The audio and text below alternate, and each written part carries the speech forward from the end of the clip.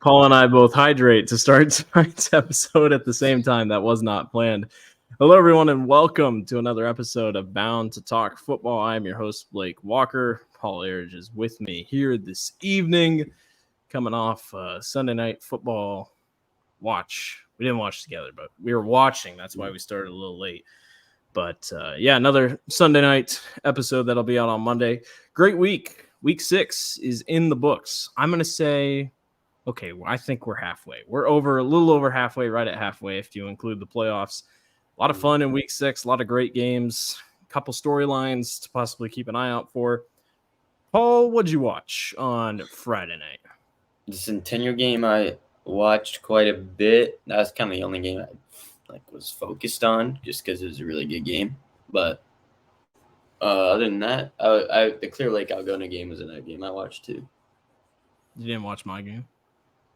No, I'm so sorry. Oh, my gosh. I was at Southeast Polk for Southeast Polk Johnston, which turned out to be a unbelievable game. We'll talk about that here in a second. But good Harvest Moon on Friday night. That had a lot of people talking. Maybe that was something to contribute to the type of games that we were seeing. But overall, good week 6. Hope everyone had a good Friday night. It was hot. It was so hot. I'm sure you obviously didn't feel it, but man, it was so hot. Had to be the hottest week 6 I think I've ever been a part of, probably in a while in total in the state of Iowa. But we get relief. It's going to be like 59 next Friday. So yeah, football weather is on the way. Yeah, football weather is on the way. Well, Paul, let's jump right into it with Class 5A, where you were watching this game. Dowling Catholic defeats Ankeny Centennial 30-17. Take it as you will. Dowling had a pick 6 on the last play of the game. Centennial was inside, what were they at? The 3-yard line, 2-yard line. And Centennial throws a pick 6. If you watch the video on WHO, the Dowling corner read it the entire way. Like, it's actually kind of cool. Like, his eyes were focused on Trent Smith. Dowling trailed 14-0 in this game, Paul. Tell me about this game because I was checking in the score during my game, and Centennial got ahead early, and I'm like, oh, no, what is happening? But Dowling clearly figured something out. Yeah, main thing was Rashad Davis just kind of got going. They were feeding him the ball like crazy. Though it was just a heartbreaker for Centennial. I mean, they were at the 1-yard line practically, like red zone, whatever you want to call it. And just a pick 6 is like the one thing you can't have. So it was brutal for them. But, yeah, this game was high level. Elijah Porter had a great game. Obviously, Rashad Davis had a great game. Very, kind of what we expected with the running game taking control.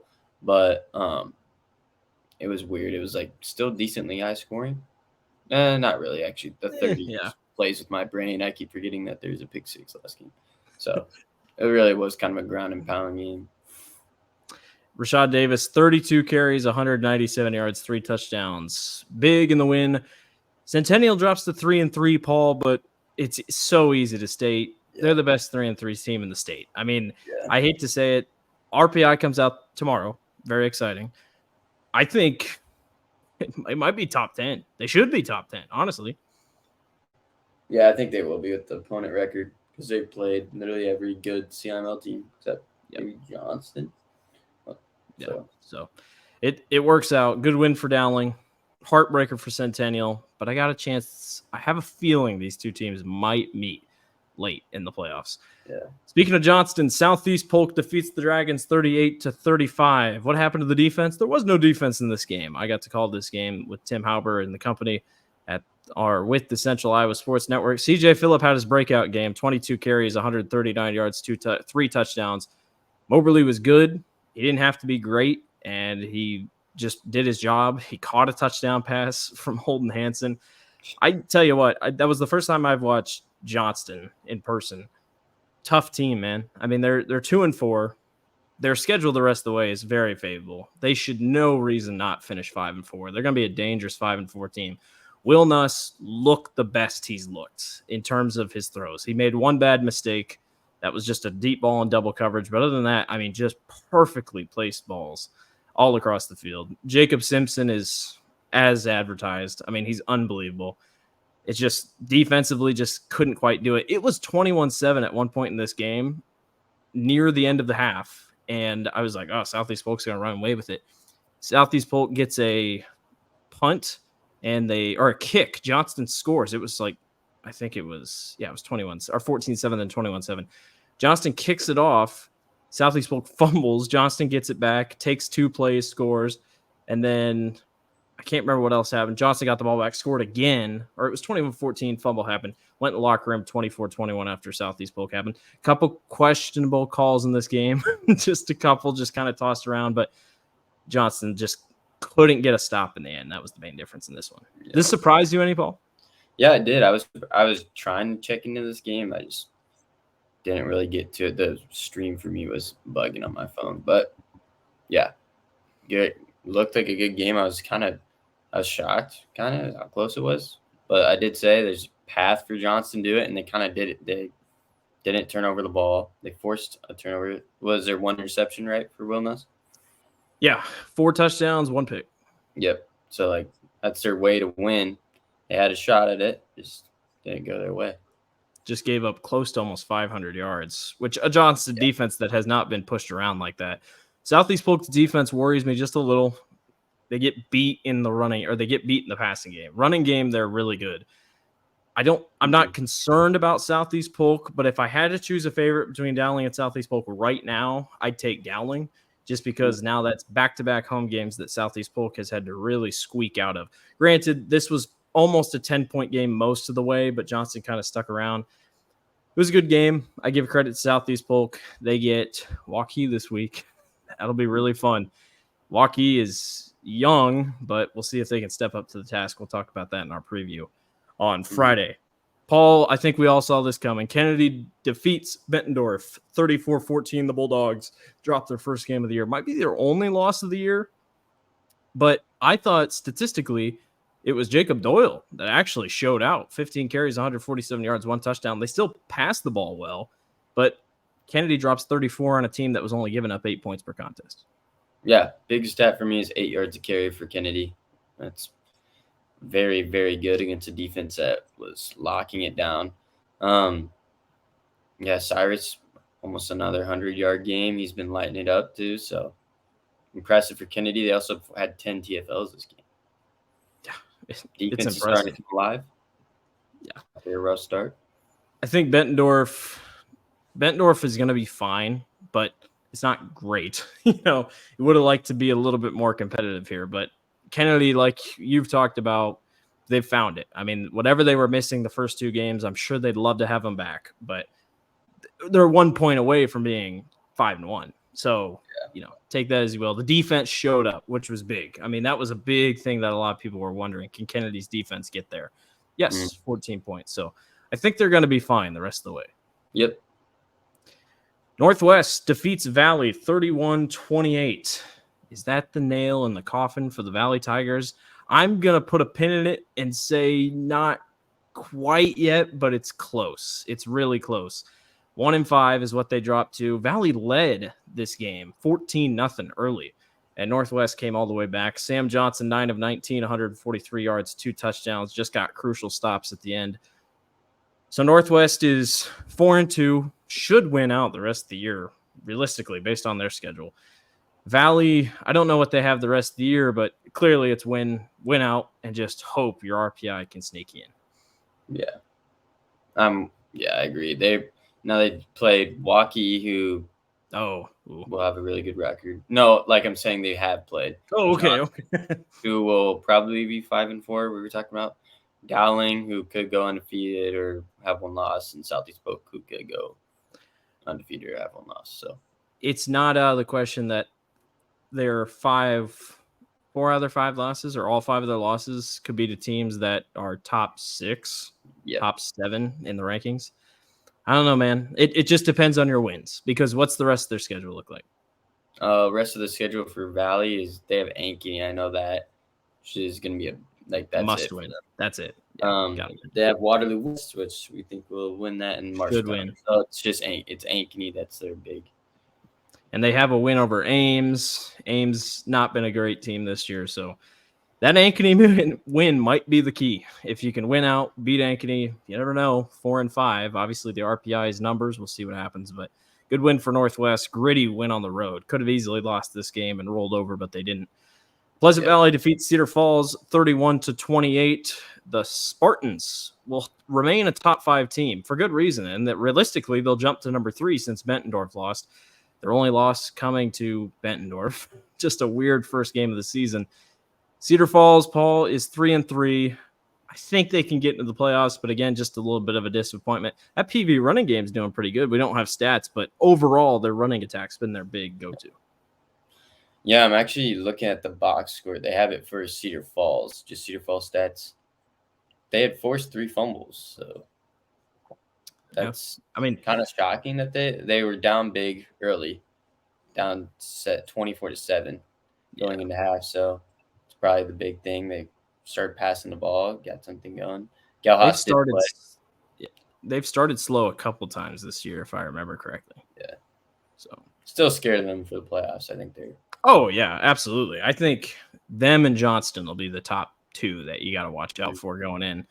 Another quick notable to reach on, Ankeny defeats Prairie 17-14. Little closer than I thought it was going to be. I was feeling high on Ankeny. I'm still pretty high on him, but I don't know. Were there any stats for that game? Just seemed a little closer than I thought it would be. It was 10-0 heading in the 4th.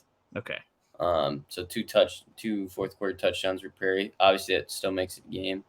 But nothing too crazy. Caden Hankis, good game out of him, 100 yards and a tutty. Evan Earlmore had a big game, 100-plus yards and 7 receptions. So, good game. Casey Kelly was the workhorse. He had 30 rushes this game. Wow. So, how about that? Good win for Ankeny. They moved to 4-2 on the season.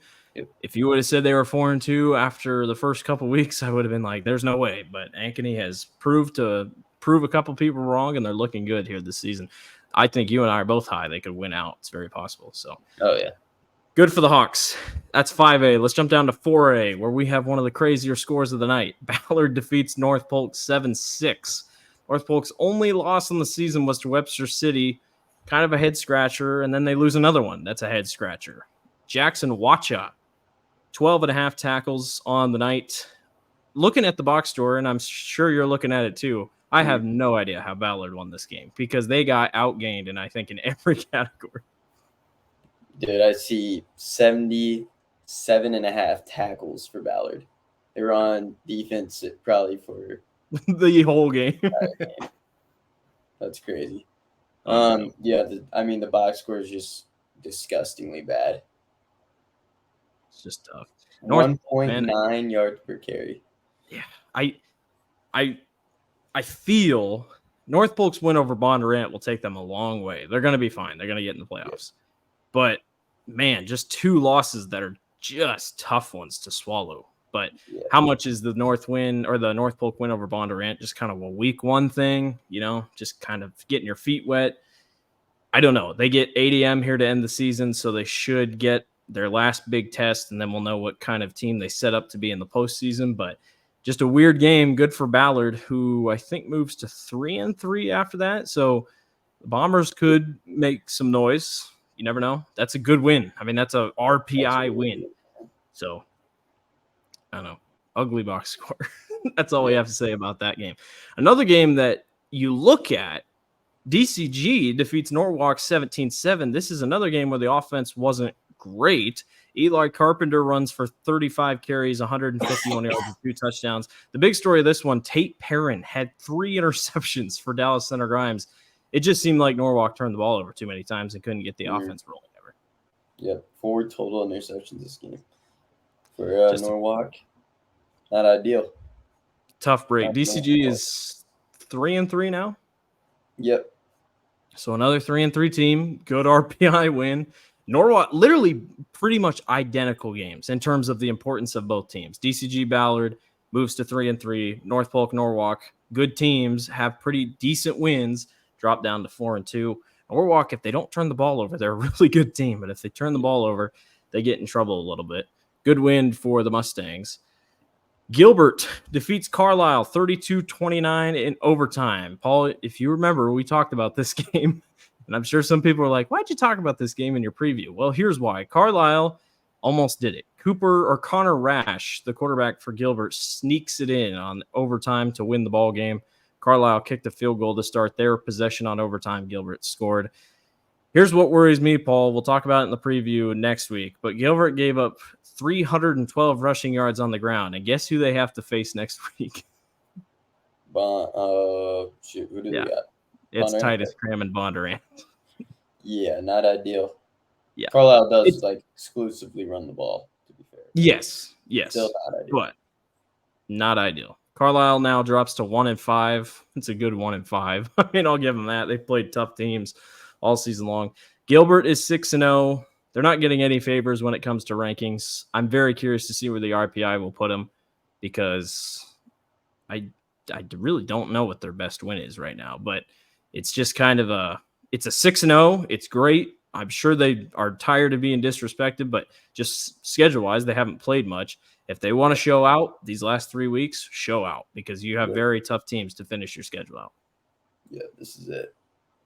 And it's interesting. If they lose out, I wonder if they'll still get in because you'd have losses to Pella, Bondurant, and Newton with wins over not great teams. You know, I doubt a 6-3 team misses the playoffs, but you just never know. I figure they make it.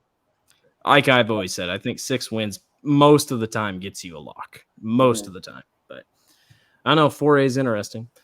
Yeah. Newton defeats Pella 21-18. The first win for Newton at home over Pella since 1941. Shout out Troy Hyde for that stat. Gave me that and supported a photo for Friday night. Weird game for Pella. Red hot.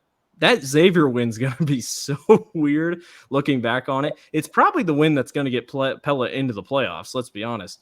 But shout out Newton, keeping their playoff hopes alive. Must-win game for Newton, and they got it done. Yeah, scary fourth quarter. Give up 15 unanswered. Whew. But still squeaked by with the win. Luke Hardner went off. So good for Pella there, but hey, big one. Cody Klein. Jeez. Cody Klein went off for Newton. Oh, wait. What do you have? Oh, they're brothers. Okay. Oh. Well, yeah, he still went off. I thought he played defense, too. I saw Caden Klein and Cody Klein. But, yeah, he had 177 yards and a touchdown. Wow. Caleb Mattis had 183 yards and 2 touchdowns. So it's a good win for Newton. I love those uniforms, the black on red. They have, throwbacks, I think, too. Oh, good. We don't appreciate Newton's dynasties more. We need to appreciate Newton dynasties. Here's our big one, Paul, that I literally texted you in the first half. I'm like, Xavier's in trouble. It's over. Xavier's just not it this year. And then they come back and I say, I retract my statement. Xavier is here. Xavier defeats North Scott 26-20. The Saints trailed 20-0. And come all the way back. The Saints came marching back, if you will, to defeat North Scott. What a gritty win.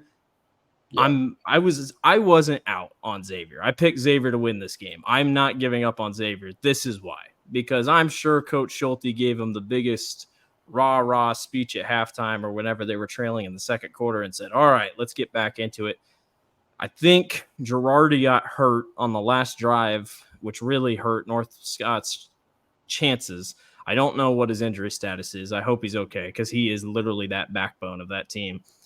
But, Paul, are we all back in on Xavier? All back. I mean, Xavier's played some ridiculous games this year. Against unbelievable teams. We've got Williamsburg. I'm pretty sure Pella was close enough to call that a crazy game, too. Another, fourth quarter surge from them. So, I don't know. They're going to be used to intense football, that's for sure. For the playoffs. Which, in some cases, is huge for the postseason. You have to know how to play in those type of games. Xavier has now trailed. Honestly, this is almost a repeat of the Williamsburg game. They just didn't get the 2-point conversion against Williamsburg. Had to come back from behind. Clearly, they don't start fast. They're not a very start-fast team. They get going later in the game. Got to figure that out. But, boy, Ronan Thomas and the boys, they got that thing figured out, and they're really starting. Big game for the rushing attack. Big game for the rushing attack. Dropped 261 yards on 6.2 yards per carry. 4 touchdowns all rushing. So yeah. So they're getting going. I think the schedule really eases up now. I think it's at least I think it straightens. What do they got? They've got Oskaloosa, Clear Creek, and Burlington. Yeah, so they'll win out. Keep an eye on Xavier. They'll be a 2-loss team. It'll be interesting to see where they should be at the top of the RPI. They have wins over Western Dubuque and now North Scott. 2 of the Dome teams in my mind. 2 of our, I think we both had them at the Dome for our 4A predictions. So, boy, 4A is just a mess, and it's a lot of fun.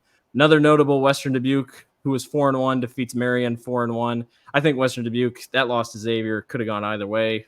They are still one of the top teams in my mind. Tough loss for Marion. Good start to the year, though. They should make the playoffs. Probably might get a repeat of this game later in the year. I know they don't try not to get district opponents again, but good win for the Bobcats to move to 5-1. That team is an all-around really good team. Anything stat-wise that jumped out on that one? Not really. Grant Gloucester had a really good game, I think, again. All right, we'll jump on to Class 3A, where Paul's boys came close, just couldn't pull it out. Clear Lake defeats Algona 29-28. Kale Stefani, 7 of 11, 137 yards and a touchdown. Clear Lake is legit, and they proved it on Friday night. That is a great win over a great Algona team that's going to make a lot of noise in the playoffs.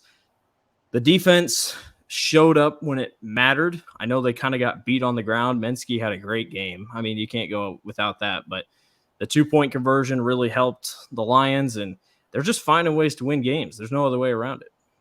Yeah. Yep, this is a staple win for Clear Lake.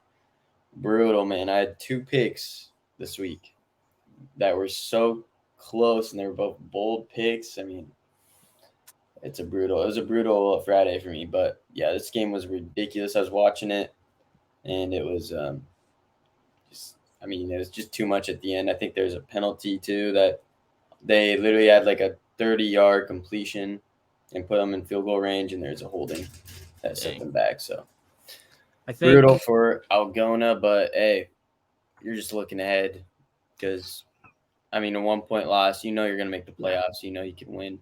Just makes your road a little tougher. Yeah. I think I put the standings, the updated standings together. I'm leading. Matt's behind by 1 game. You're behind by 2 games. Jack slipped again because he picked Trainer. And then Jack does a lot of trash talking in our group chat for being 4th in the standings, but we'll see what happens. But it's been fun keeping up with the standings. Still a while to go. Webster City showed up, defeats Hampton Dumont Cal 35-6. Boy, it's a weird season for Hampton Dumont Cal. They're a good team, but they're getting beat on the ground. Beat Nevada, which had a lot of people sit up in their chair and be like, all right, we see it. And then they lose to Humboldt, and then they lose to Webster City. So Cale Nixon was the leading runner in this game for Webster City, 17 carries, 138 yards and a touchdown. But Jackson Cherry showed up on defense instead. Yeah, he showed up 5 TFLs, 6.45 tackles, and I mean on offense he was also doing it. 3 tutties, 100+ yards. Cale Nixon also, good game from him, 138 yards. Overall on the ground, I mean, 7.8 yards a carry, 350+ game from them. That's a big deal if the Lynx can have 2 running backs that can get it going. Because I'm all week on film, Hampton Dumont Cal zeroes in on Jackson, and then they show up and they're like, "Oh, who's this Cale Nixon? Like, what in the world? We wouldn't prepare for that." That's a tough loss for Hampton Dumont Cal. The offense just 2 weeks in a row put up 7 points last week, puts up 6 points this week. Just a little bump in the road here. I'm sure they're going to be fine. That Nevada win's going to go a long way, but just a tough break for the Bulldogs. Mount Vernon, this game doesn't make sense in terms of the who beat who category. Mount Vernon defeats Assumption 24-7.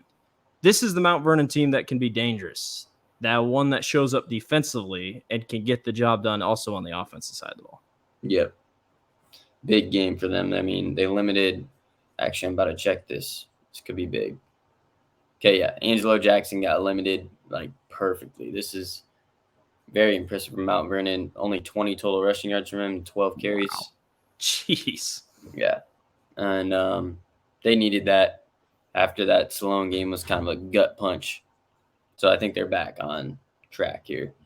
It was just so weird because Assumption crushed Solon to start the year, and then Mount Vernon crushes Assumption. Just kind of a weird, and Solon beats Mount Vernon, so kind of a weird game all throughout. But good for the Mustangs. They say, don't forget about us yet. They're still a very good team. Joey Romberg, we can't count him out. He's an unbelievable quarterback. Made it to the state championship game last year. They're hungry. They want to get back. Another phenomenal game that I wish I would have watched because this is just my type of football. I'm an Iowa fan, so I just have grown up to enjoy these low-scoring games. But Solon defeats Benton 16-13 in double overtime. This game was so big for that district because both these teams still have yet to play Williamsburg, which Williamsburg and Solon play this week. It's our fan favorite game of the week because Nevada Harlan is our game of the week. That game's just very intriguing. But anyway, big win for Solon. Two teams that are so dominant on the ground. Both defenses have shown poise. Brett White, 16.5 tackles, 5 for loss, 1.5 sacks, and a fumble recovery. This dude was everywhere. Yeah, Brett White is legit. Probably going to come out with a post about him later for this game, but yeah. That's insane. This is such an Iowa game written all over it. But anybody could have seen this coming just because both defenses are pretty solid. Both offenses are good. It's a heartbreaker for Benton. They really could have used this game. They're going to make the playoffs, but it's just a tough game. They've lost so many tough games the last couple of years. They're good. I mean, they've put together a couple good winning seasons, but just a tough game. They will get Williamsburg in a couple weeks. Solon gets Williamsburg this week. Solon's offense has got to figure a couple more things out, I think, before they hit the road and go to Williamsburg here. But I don't know. Should be interesting. Good win for Solon over the Benton. I will say Solon won with 6 total turnovers. Whoa. 3 interceptions. So maybe that's a little more telling. Recoveries. That might be a little bit more telling. Yeah. Interesting. Well, if it works, it works. A couple other notables. Williamsburg defeats Fairfield 56-14. Kellen Cockrell got hurt early, was still 4 of 8 with a touchdown, but Derek Wieskop, the Derek Wieskop that is one of the best linebackers and best wide receivers in the state, says, I got him, coach. And he goes in and throws 3 touchdown passes. Paul, you and I were talking before. I almost think this Williamsburg team becomes more dangerous at Derek at quarterback. I don't know how Kellen was able to run and how long he'll be out or if he's out for long. It might just be a game injury and he might be back. But now you have a guy that can run the ball and he clearly can pass the ball playing quarterback. Yeah. I mean, granted, this isn't a top team. No, Fairfield's not amazing. But yeah, and when you put those skill position guys against teams that are usually a little bit better, it gets substantially way harder. But yeah, and that's a nice crutch to have. Losing your QB and you throw in a 4-star. In some ways, you're like, well, dang, we just lost one of our top receivers in a way, but you'll take it. He's still making plays, so give it as you will. I also thought it was cool. Race Heitman was getting a lot of national attention this past week. I know he was at the Iowa game. I know, like, immediately after that game against South Tama, his recruiting just went skyrocket. So good for him to show out in that type of game. That just shows you what one game can do at the high school football level. Fort Madison defeats Keokuk 17-14. The Bulldogs moved to 4-2. I put this on here because I saw this was a controversial game. I saw a Facebook post that this game was rough. Like, the head coach of Keokuk got ejected. Keokuk put out a statement that said, we're going to be meeting with a couple people. We're going to look over this game. We're going to try to make a safe environment for our players and the sportsmanship and stuff. So I don't know what happened in this game, but it sounded very ugly for the most part. But Fort Madison moves to 4-2. That's all I just wanted to say about that ugly game. It just sounds like you hate it when that happens, and you hope it doesn't get major publicity like Iowa City High and Dowling did last year. But just kind of a weird game. Fort Madison's fighting to get into the playoffs, so trying to put everything together. But you got anything on that one? No, not really. I mean, box score wise, there's nothing that big, but sucks at that. I will say, this is just off my mind. One thing to think about going back to the Cedar Rapids schools. I don't know if you saw all of Cedar Rapids School District is out of school tomorrow, Monday, because of a social media threat. So they can't practice at all. So that's a day loss of practice for all the Cedar Rapids schools. I know that's a big deal for some schools. So tough break for those guys. Hopefully nothing serious comes out of the whole thing, but just a tough break overall. So everybody's finding adversities, it seems like, as we get to the middle of the season. Independence defeats Wahlert 19-14. EJ Miller is a dog, man. Take a look at his stats sometimes, sometime on our website if you ever have a chance. Indy is 5-1. Keep an eye on the Mustangs. They've been kind of a sneaky team the last couple of years, but heck of a win. I don't know if you pulled up that game by any chance, Paul, but Indy, good team. Yeah, my guy Tate Wood, another 19.5 tackle game. I want to watch film. Like, what? Yeah, is he the only one tackling? I didn't find. I don't know. Sometimes you could touch someone, maybe get an extra tackle on there, but hey, we ain't calling anybody out. We don't know yet. We're not. But we've seen some allegations. The comments of some of the posts. There's always allegations like that. But what a season! What a season! Yeah. Good for Tate. Let's jump down to Class 2A. Kemper Catholic crushes Des Moines Christian 61-7. This thing was not close. It was 35-0 at the end of the first quarter. Brock batting, 9 of 12, 188 yards, 5 touchdowns. He also ran for 3 yards and another touchdown. Dude had 6 touchdowns. Kemper is 4-2. Seemed to be a team to watch for. Yeah. Big. I mean, it's not even much to comment on this game. It was just a massive. It was not close. I thought it was going to be close. Going to be close. Just wasn't. Ridiculous. Odd. Very, very odd game. Good for Kemper, though. Turnovers? Yeah, 3 interceptions for Kemper. 1 for 6. So defense kind of did their thing. Forced 4 turnovers. Yeah. Just kind of one of those games. Gut punch for Des Moines Christian for sure. Yeah, it's a tough loss. Dropped to 3-3, trying to get some momentum rolling. Just couldn't quite get there. Good win for Kemper, though. Spirit Lake defeats Esterville Lincoln Central 42-33. If you remember, I was pretty high on the Spirit Lake team. They're doing their work. Speaking of trailing, they trailed 21-0 in this game because I checked in early and I was like, what is happening? Well, Caden Lunt decided to turn it back on. 9 of 14, 125 yards and 3 touchdowns. Spirit Lake's a good team. I think they're going to be one of those teams that maybe knocks on the door when it comes to Class 2A. Right now, there seems to be 3 teams that are almost locks for the Dome. It feels like Van Meter, Central Lyon, and West Lyon. But good win for Spirit Lake. Yeah, nice one. They outscored ELC 34-14 or 12. Sorry. Yep. In the second and third quarter. It's very impressive. Ridiculous. Yeah. Spirit Lake will take it. Good win. I think they're 5-1 on the season, if I'm not mistaken. Yep. So 5-1. They're getting there. Anamosa defeats Tipton 16-10 in overtime. Tipton has now lost back-to-back games after starting 4-0.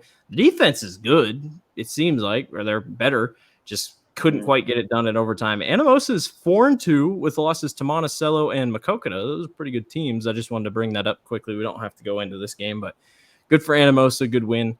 West Lyon defeats Cherokee Washington 38-8. How about Tate Houff? 18 carries, 87 yards, and a touchdown. He also caught 26 yards worth of passes and 1 touchdown. West Lyon sets him up well. I can't wait for the Central Lyon West Lyon matchup because West Lyon looks pretty good. Yep. I mean, another defensive masterclass. They gave up 8 in the fourth quarter. So read to me now their totals. What have they given up the last couple games? So for week 1, 0 because they gave up a safety. Yep. So that's not on them. Lawton Bronson 12. OABCIG 0. Unity Christian 0. Western Christian 3. Unbelievable. And now 8. But really, basically 0 because you're going to get one of the best defenses in Class 2A facing the best offense in Class 2A in 2 weeks for the Beef Bowl. Can't wait. Speaking of the other side of the Beef Bowl, Central Lyon Georgia Little Rock defeats Unity Christian 39-12. Good win for them. Keep it moving. Roland Story defeats Greene County 62-31, but I wanted to give a quick spotlight to Jack Hansen of Greene County. 10 catches, 328 yards, and 3 touchdowns. I think I read somewhere that's tied or it's either tied or third most ever receiving yards by one player that's not 8-player in a single game. My goodness, what a game. Yeah, that's ridiculous. 328.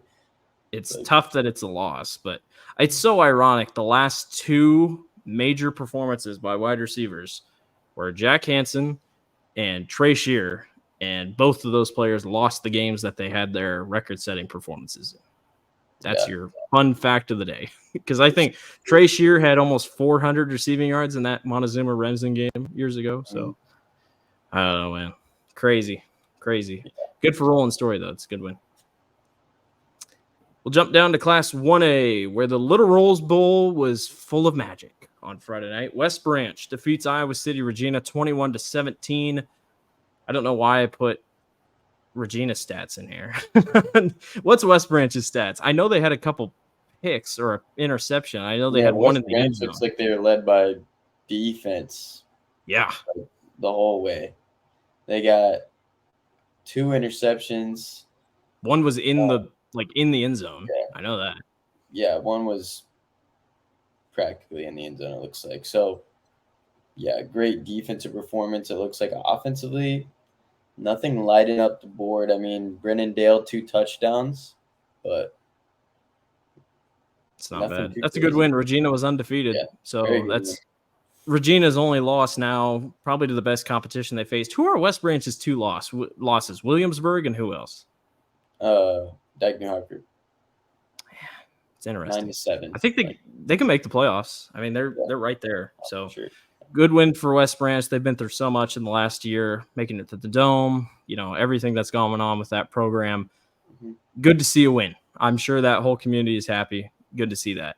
Sumner Fredericksburg defeats Denver 19-7. My boys, my Denver Cyclones couldn't quite pull it out. Jackson Willems, 8 carries, 65 yards and a touchdown. He also caught 48 yards and a touchdown.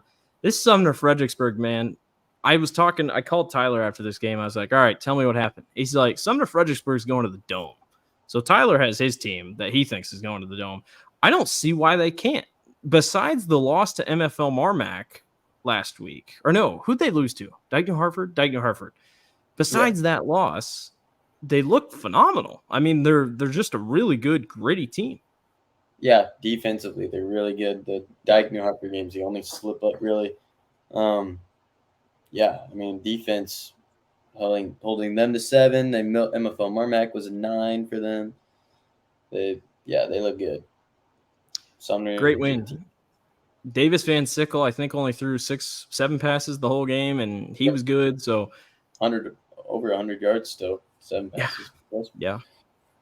Good for the Cougars. Big win over the Cyclones. It's a tough loss for Denver. They'll have to regroup here, but I think they'll learn from it, move on. Speaking of Dyke New Hartford, nothing makes sense. MFL Marmac just handles Dyke New Hartford 34-14. That Wolverine defense slipped, and the offense didn't.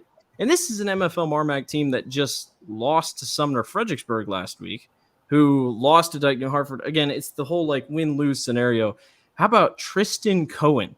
9.5 tackles for loss, 9.5 tackles, 5 of them for loss. Dude had 4 sacks in one game. That is unbelievable. And MFL Marmac, I'm right back on. Yeah. To be fair, they did get a strip 6. So defense, and they forced 3 fumbles. So I mean, they're Dyke New Hartford? Yeah. No, MFL. MFL Marmac. Okay. So offensively, still not great. Putting the defense in a tough spot. Yeah. But still, that's a good – I mean, you only gave up 13 to Sumner Fredericksburg. You gave up 14 to Dyke New Hartford. You know, I don't think that's terrible. That's a good rebound win. Yeah, very good rebound win. We were kind of riding them. We had Dyke, right? We both had Dyke New Hartford. We had them, yeah, we did. Because their schedule's been tough. They're going to make the playoffs, I think. They're just going to be a really tough team, honestly. Yeah. I mean, their losses have been not to bad teams, so. But keep an eye out. MFL Marmac, very interesting team. Sigourney Kyoto defeats Pella Christian 42-15. Kale Clarahan, 22 carries, 139 yards, 2 touchdowns. Way bigger game than I thought this was going to be. I think Sigourney Kyoto had how many passing yards did they have? 81 Okay. on 3 pass attempts. So they were efficient. I think, big win for Sigourney Kyoto. Who's their only loss? Grundy Center, I believe. Yes. No, I know. PCM. Sorry, that was the other. That was Really? PCM? Okay. Pella Christian. Who Pella Christian beat? Interesting. Pella Christian lost to Grundy Center and Sigourney Kyoto. Yeah. So good win for the Cobras. They're a good team. You just expect them to be good on the ground. That's just about how it's gone every single year. But tough loss for Pella Christian. But no, Dante, our videographer, was at this game, got good videos. So good win for the Cobras over the Pella Christian Eagles. Our game of the week, Underwood defeats Trainer 49-0. All I put down was everyone ate for Underwood. Everybody had a good game for the Eagles. Mm-hmm. Their only loss is Van Meter. They're not gonna face him again, obviously, because they're not in their class. But I mean, these guys are so good. Yeah, real shot at winning it all. I mean, offensively balanced. Everyone had over 100 yards in the stat categories. Like extremely balanced game. Yeah. 260 from your QB, 100 from your running back. I didn't know Ravlin's younger brother was on the team. Yeah. Oh, they had a pick six? Yeah, they did. How about that? Tough loss for Trainer. They were undefeated coming in, had a couple close games, almost lost last week. This time they just met the best team that they've faced all year and just could not get it. So good for Underwood. Great win. Last one I want to talk about, Wilton is 6-0. They defeat Cascade 28-12. We just haven't talked about Wilton at all. Their schedule has just not been there. Owen Hassel, 20 carries, 121 yards, 1 catch for 72 yards, and it was a touchdown. Good for Wilton. What's their schedule the rest of the way, Paul? You want to pull that up real quick? Yep, I got you. Assuming it gets a little bit tougher. Maybe. I don't know. It gets tougher. West Branch and Regina. All right, so there you go. Wilton will figure out what you got. Oh, because Wilton West Branch is our game of the week this week. Mm-hmm. So, all right, cool. See what you're made out of. Are they the Beavers? Wilton Beavers? Ooh, that sounds right. Maybe. Yep. Wilton Beavers. Go Beavers. Wilton Beavers. Nice. Their logo is so interesting because it's not like up and down. It's very, horizontal. Makes it tough when putting graphics together. We know the struggle. Make sure your logo's up and down. If it's horizontal, or if it's, we're just in. That's for my alma mater, Ankeny and Centennial, man. That's a tough one. Ankeny's logo kills me every time. Yeah, only graphic designer people would know. Yeah, graphic design stuff. We'll go to Class A. ACGC holds off IKM Manning 35-31. Good IKM Manning team. I think a lot of people thought this game was going to be close. Jathan Stout, 1 of 2, 50 yards and a touchdown. He ran for 166 yards and 2 touchdowns. ACGC is... Are they undefeated still? Yeah. Okay, so still undefeated, still toting the rock. I bet they wish this game was a little bit more, but still a good team. I think 6 wins. I think you're going to get safely into the playoffs. Chargers are a good team. Yep. 10 yards a carry this game. Was 28-19 heading into the 4th, so a little bit more breathing room than the 4-point thing. They just 12-7 in the 4th. I don't have the exact when this touchdown was scored. So they could have been up 2 possessions and gave up a tutty, but good win. Stay undefeated. On to the next one. That's all that matters. Yeah. This game, I don't know how we didn't talk about it. Akron Westfield defeats MMCRU 35-34. How about a comeback? Akron Westfield trailed 34-13 going into the 4th quarter. Not in the first half. These guys trailed 34-13 going into the 4th quarter, come all the way back and win. Leighton Cook, 11 of 19, 141 yards. He also ran for 69 yards and 2 touchdowns. Akron Westfield's 5-1. How about that? Yeah.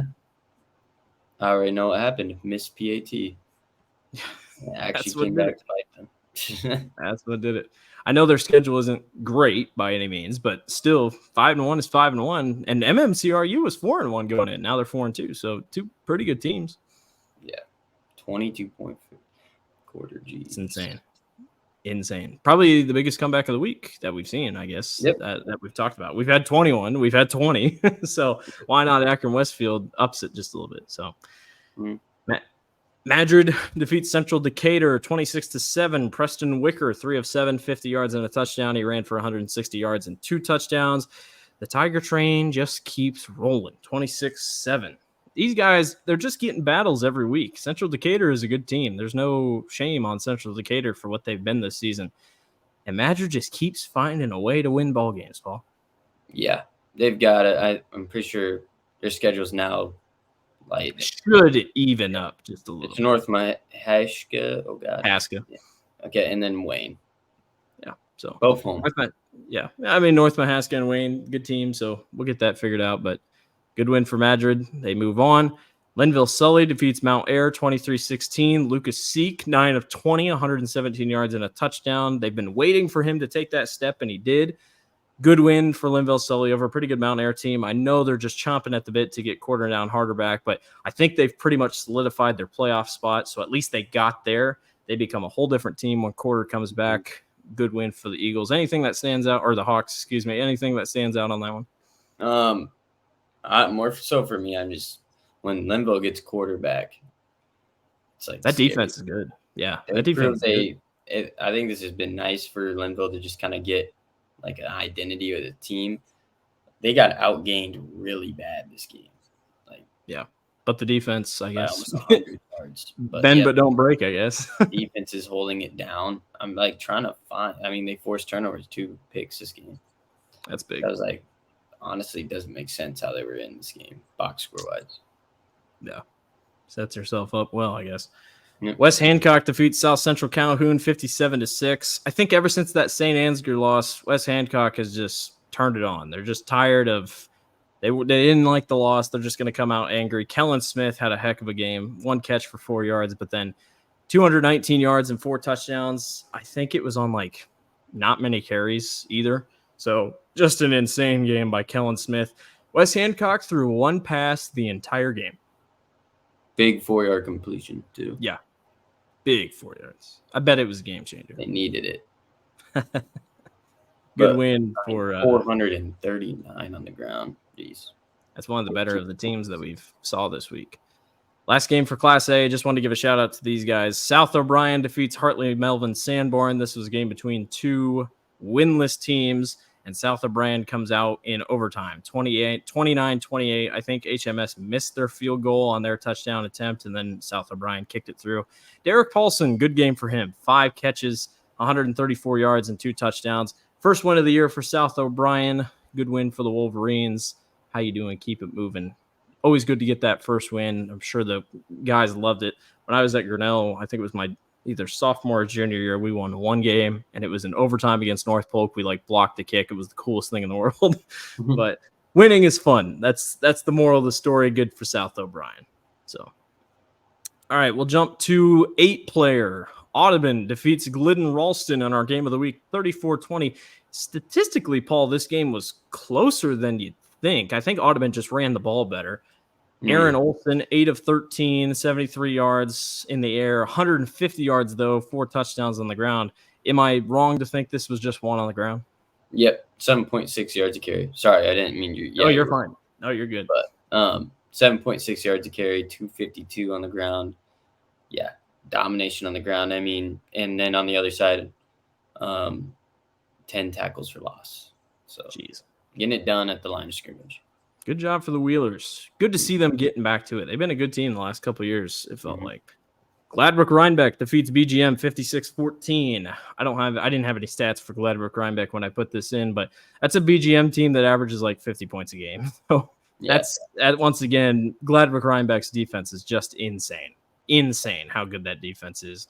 I cannot wait and hope they face Winfield Mount Union in the dome, because that game is going to be absolutely amazing. But good win for the Rebels. Offensively, they're good too. Yeah, they are. Weirdly enough, how does BGM have stats in it? Gladbrook Rhinebeck doesn't. Yeah, I don't know. It's weird. Some teams will get crushed, and then they're like, well, they still put in stats. It's really funny when a player has a good game and they only put in his stats. Yeah, like Muscatine did that last year. Like that Xavier game, when I was putting him in, they had the Helmy kid or whatever. They had his stats in on defense, but they didn't have anybody else's stats in. I'm like, all right, whatever. But good for Gladbrook Rhinebeck. Winfield Mountain Union defeats Iowa Valley 76-14. That was a 4-2 Iowa Valley team. That's no slouch. Yeah. Cam Buffington, 7 carries, 218 yards on 7 carries, guys. 2 touchdowns. Oh, by the way, he had 13 tackles, 3 of them for loss. They're good. I don't know what else to say about it. Shocker. Cam Buffington. Yeah. What are we going to do? It's our weekly post. Yeah. Says and consistent. if you get mad about it, if people get mad about us posting about Cam Buffington, I hope you know we're not going to see another guy like him for a bit. Like, we have not seen a kid like this in a while. I mean, I get you're good on both sides of the ball sometimes, but this kid is lighting it up, and he's a one-man army, it feels like. But the team, it's just good to see them have a team around him, because he's been doing this for 3 years pretty much. It's just the team has not been there. Now the team's there. Now they're putting it all together. Good win from Winfield Mount Union. They continue to prove. What's up? Because Gene's probably the last person to be this good two-way. Yeah, honestly. Remsen St. Mary's defeats Arweeva 47-6. I predicted it. I said Arweeva might pull the upset, and then I get DMs after the game from Remsen players that here's your upset of the week. Never fails. Shout out Remsen. They stepped up 47-6 win. Arweeva's a good team. They only had 1 loss to Glidden Ralston. The Hawks just find a way. I don't know how else to put it. They're not done. I mean, they have a good chance to get to the Dome. We'll see how they stack up against Gladbrook Rhinebeck and Winfield Mountain Union, but they're finding ways to win games, man. Yep. Another game of blowout, and the other team doesn't have stats in. Yeah, that's what I put. A couple other notables. Montezuma defeats Belle Plaine 62-32. Montezuma is going to be a really close team on the cut line. That was a big game for the cut line when it comes to standings. I guarantee it. That's a Belle Plaine team that really does well on the offensive side. Montezuma's defense just shows out. Clarksville remains undefeated, 90-22. They defeat GMG. Good win for Clarksville. They are still undefeated. You got anything else on those games? Nope. All good. All right. Sweet. We made it. It's time to run through our awards, standouts, time to overreact. Let's start out with our Friday night standout. I'm going to run with Cooper Julseth of Northwood Kensett. 6 of 10, 128 yards, 3 touchdowns, 181 yards on the ground, 3 touchdowns, and he had an interception return for a touchdown. Kid had 7 touchdowns, 1 on offense, or 6 on offense, 1 on defense. Cooper, you are my Friday night standout. Shout out to you. That's a heck of a game.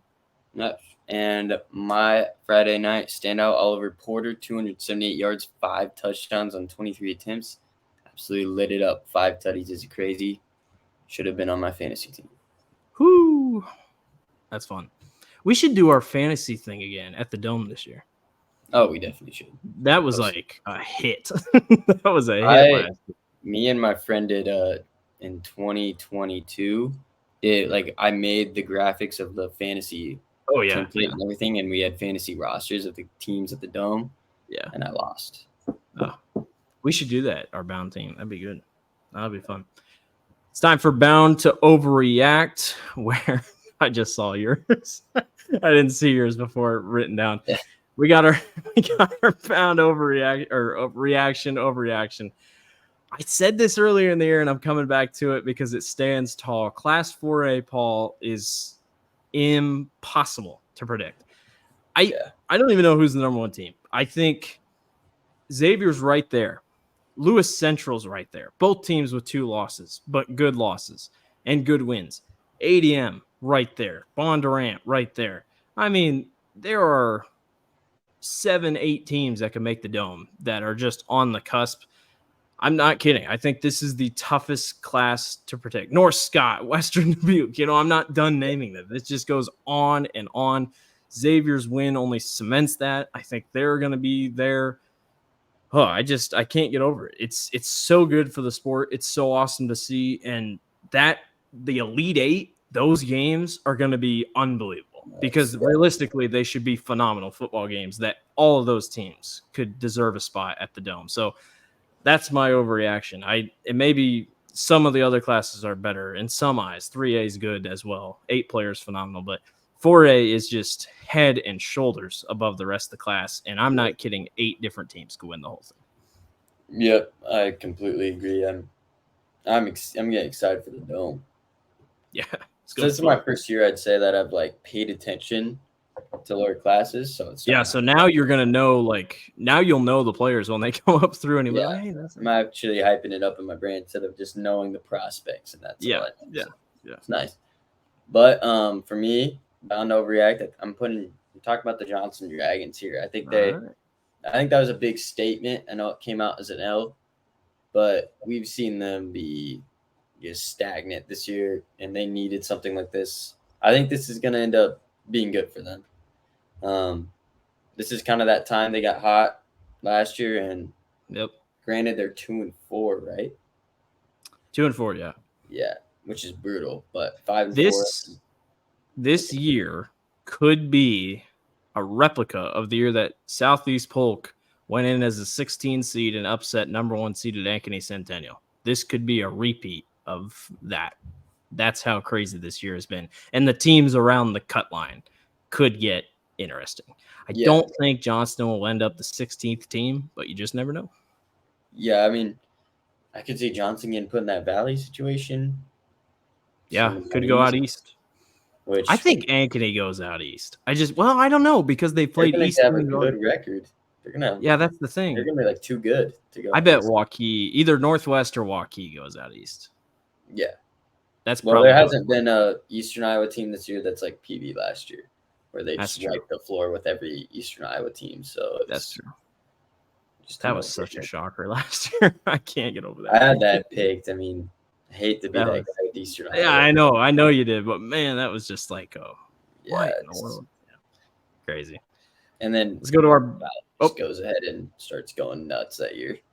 Goes all the way. Well, that's the thing. We just expect somebody to have that run. And in 5A, it always happens in 5A because you've played good teams all year. Not saying it can't happen in other classes, but I think we should talk about that when it comes to the playoffs. Pick your one team per class that can go on a sleeper upset run. So we'll totally do that. But 5A will be tough to predict. So take it as you will. We'll see what happens. Time for our Bound to Talk awards. I'm going to give mine to somebody. I mean, he's technically not in high school anymore, but I just had to talk about him. I'm going to give this is the Audible Arthur Battle Creek Ida Grove Award, and it's to Mr. Class 1A man himself, Cooper DeJean. Went off against the Michigan State Spartans. Paul was in attendance. He watched greatness again happen in front of him. It's unbelievable. I'm going to go on a little bit of a tangent here just because it's unbelievable to watch. You and I watched him in high school, right? You know, we saw his highlights. We knew how good he was going to be. And then he plays safety at OABCIG, plays quarterback. We can't underestimate this dude single-handedly knocked off the Van Meter dynasty, like by himself. Van Meter has one loss in the last couple of years at the Dome, and it's to OABCIG, and it's to Cooper DeJean. That can't be understated. That is unbelievable, that effort. You can go back and watch highlights of that game over and over. He looks like Patrick Mahomes, man. I've never seen a player take over a game like that. And then he goes to college, and we're all like, does it translate? Like, will he do it? He's not going to play quarterback because he's not big enough, whatever. And he goes to corner, and we're like, okay, well, that's interesting. And then he has, 4 pick sixes last year, 3 pick sixes last year. He's a ball hawk. This year, they don't even throw to him. Like, no, he's not even getting targets. And what does he do? He shows up on the punt return side, returns a punt, wins the game for Iowa, had an interception where he looked like a wide receiver in the back of the end zone. And I just go back, this dude was playing Class 1A football. He wasn't playing 3A. He wasn't playing 4A. He wasn't playing 5A. He was playing Class 1A football at Audible Arthur Battle Creek Ida Grove. And I'm telling you, name the field after him. Name a stadium after him. This kid is unbelievable. He's going to go to the NFL, and he's like another version of Tim Dwight. Truly, he's another version of Tim Dwight. And I know you might not know who that is, but he's another version of Tim Dwight. Some people say he's Niall Kinnick reincarnated. It's unbelievable what he's doing. Shout out OABCIG. I know I didn't give it to a high school guy, but I got to give it to a guy that we have watched since high school, and it's just cool to see. It's really cool to see. Yeah. Good one. I like that. Low curveball. Yeah. Yeah. So for me, don't clown me about the name. but I'm going with the Tiger Kings award. And it's from Clear Lake. The name's wild. I don't really like the name this week, but That's they're okay. 6-0, and they were 5-5 last year. They're here, man. I That was a saw the big potential. week. Now it rips my heart. Algona didn't win. Kills me because that was gonna be a great week for me. This was a 2A team last year. 2A Yeah. team last year. Upset Spirit Lake in the playoffs. That's what kind of got me going. I'm like, okay, this team's decent.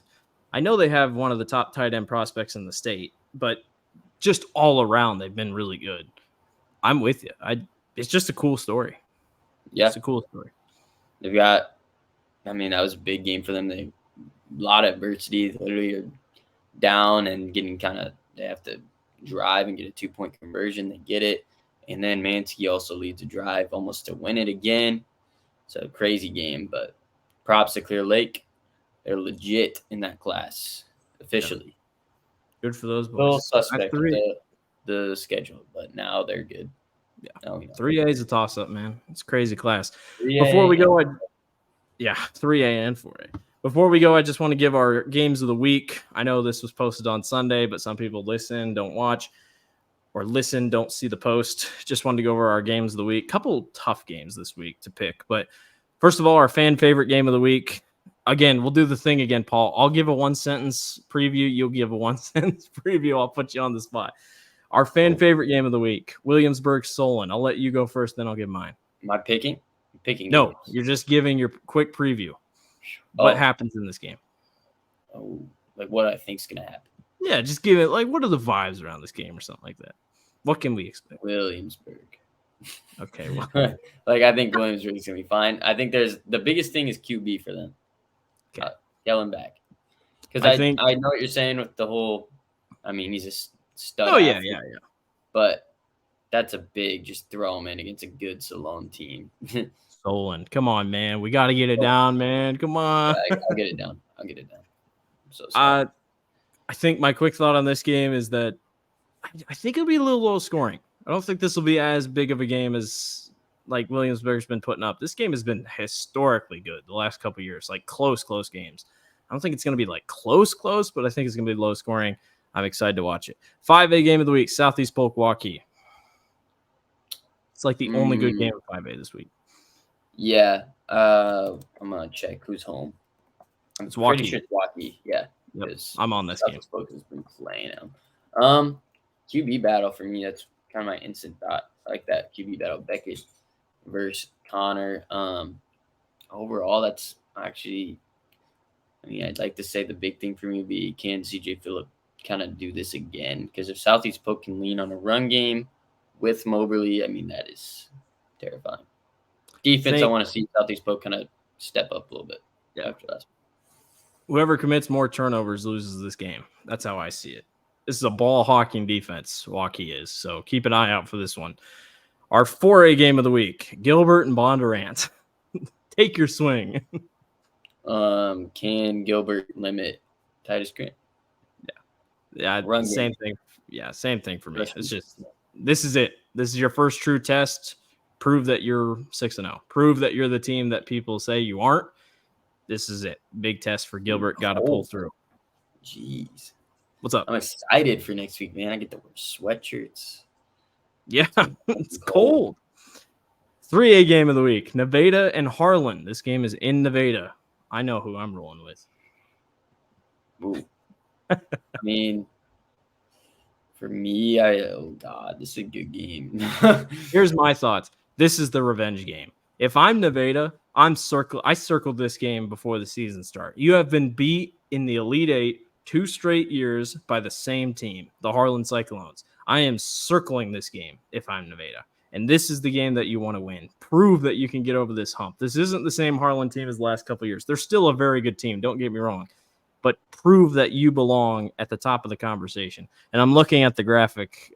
Jack off-centered the Nevada logo. That bothers me. Anyway, prove that you belong. Beat Harlan this week. It's a revenge game. Yeah. You're ready for this game. I'm so ready, man. I can't wait for this game. TV. 2A game of the week, Central Lyon and Western Christian. Interesting game. My quick thoughts are Western Christian can't play like they did against West Lyon. Yeah, you're definitely right there. Because Straightforward. Central Line was not going to only put up 20. Yeah. They're gonna put up Gotta get the job done. Gotta step up. Keep them going. Class 1A game of the week. Wilton and West Branch. Can West Branch keep the momentum going? Yeah. That'd be my thing after that big W against I'm blanking. Regina. Yeah. Okay. I don't know Need why, it. but a lot of games that we've talked about. Yeah. Um. Lake Mills. Oh, sorry. You got anything else? Oh no, you're all good. Okay. Class A, Lake Mills versus West Hancock. Lake Mills is still undefeated, but they meet their first true test of the year. I think just prove people wrong, man. Go out and try to do your best. West Hancock's so much better statistically. You're favored in everything. Lake Mills is the biggest underdog we've seen. Why not go out and try to stun the state of Iowa? Yeah, my storyline for this would be I'm waiting to make a graphic on West Hancock since losing to St. Ansgar. Yeah, they've been on a tear. They are giving up 13 points in 3 games. Put up like 150. Insane. And finally, our Class 8 player game of the week. Clarksville takes on Gladbrook Rhinebeck. This is pretty straightforward. Gladbrook Rhinebeck stopped one good offense. Can they do it 2 weeks in a row? This is one of the best rushing offenses in the state of Iowa. Big prove-it game for Clarksville. Yeah, I'm so high on Gladbrook. It's kind of hard for me to. 7-0 Clarksville, but geez, that defense is it for me. Yeah, they're blanking teams in 8 man. Yeah, you know how hard that is for how small the field is. I don't think people realize that. I feel like a lot of people know, but the casual fan doesn't know that 8 players on a shorter field. I just feel like that's not common knowledge. I think they play 8 player on the normal field. That's not how that works. So it's on a way shorter field. Like I play my intramural flag football team plays on the same field. Go to the Dome and watch it at the Dome. You're like, oh my gosh, these guys are playing on really short. It's so weird. I hate it. Yeah, because you're standing 8-man field. Because we're standing on the field and you feel like, am I in the middle here? Yeah, and then it's just the tape. There's like tape. Oh yeah, there's literal tape on the ground. End zone, and it just looks off. You get one normal end zone, but then you go to a fake end zone. I don't like at least make it 50. That would bother me so much. I wouldn't know where I'm at. I'm like, where's the what? I don't know. Yeah, no, it's 8-man. I love it. Love it. It's so weird sometimes.